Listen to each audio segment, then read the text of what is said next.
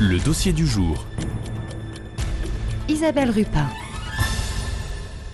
Alors Samuel Cholet, nous nous retrouvons toujours en tant qu'archéologue du service patrimoine pour la ville de Laval et au service de l'inventaire. Hier, nous avons commencé à présenter cette chaire qui a été réinstallée à l'église Saint-Vénérand début décembre. Et Samuel Cholet, hier, vous avez évoqué le fait que ce soit un trésor archéologique, notamment par les panneaux qui illustrent cette chaire.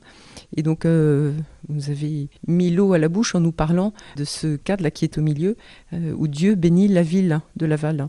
Alors, qu'est-ce qu'on peut voir sur cette illustration? On ne pourra pas tout reconnaître par rapport au paysage qu'on voit aujourd'hui. On peut distinguer quoi? Le château.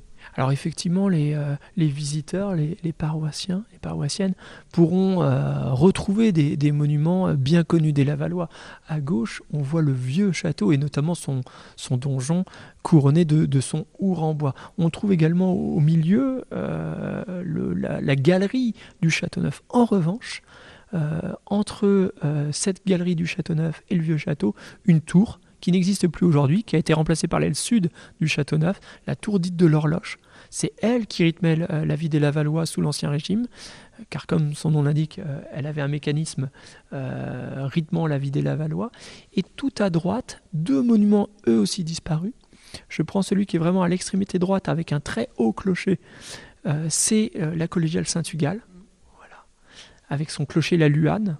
C'est cette cloche-là qu'on activait en cas de nécessité, d'urgence, incendie, etc. Et puis entre les deux, faut vraiment porter son regard.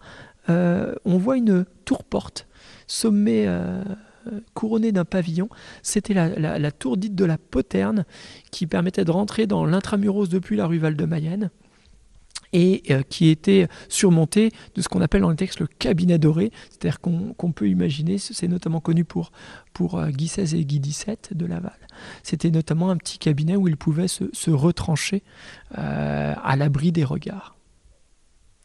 Donc ça mérite vraiment effectivement des explications parce que c'est pas forcément très, très évident quand on ne connaît pas la physionomie de Laval au XVIIe. Donc merci beaucoup Samuel. Et du coup, j'avais une question, est-ce qu'elle restera toujours sur ces sortes de tréteaux? Alors c'est pas des tréteaux, mais cette espèce de construction pour la faire tenir, d'aménagement provisoire. Alors voilà, je réponds déjà à la question. Oui, d'aménagement provisoire. C'est un choix fort qui a été souhaité par la ville de Laval. On aurait pu remiser cette cuve en réserve le temps de finir la restauration, c'est-à-dire les parties manquantes, le dorsal, et puis en haut la bavoie, c'est assez littéral, ce qui permettait de rabattre les paroles du desservant vers les fidèles. On aurait pu donc tout remettre en réserve, mais on a fait le choix de cette installation provisoire pour que les paroissiens, les Lavallois, les Lavalloises puissent dès à présent profiter de ce travail de restauration et notamment donc de ce Dieu le Père bénissant à Laval qu'on ne connaît plus puisqu'on a plein de monuments disparus dans cette vue. Voilà, alors merci infiniment de cette rapide présentation. Donc bien sûr, dans Art, Culture et Patrimoine, Christelle de Limerville vous donnera la parole plus amplement pour détailler beaucoup plus qu'on a pu le faire là, ce petit bijou. Et puis je disais que c'était le point d'orgue de la restauration, mais en fait non, c'est même pas vrai parce qu'il y a encore l'orgue qui attend, mais ça, c'est pas votre domaine. Non, effectivement, l'église, comme toutes les églises lavalloises hors cathédrale, sont la propriété de Laval, avec des affectataires. Et le mobilier antérieur à 1905 l'est également, mais tout ne date pas de 1905 ou est antérieur à 1905 ici. Et parmi les éléments mobiliers qui sont la propriété de l'association diocésaine, il y a ce très bel orgue classé au titre des monuments historiques depuis cette année. Mais en tout cas, donc même on sait que pour la chaire, il y a encore à attendre un petit peu. Combien de temps en fait pour qu'elle soit installée?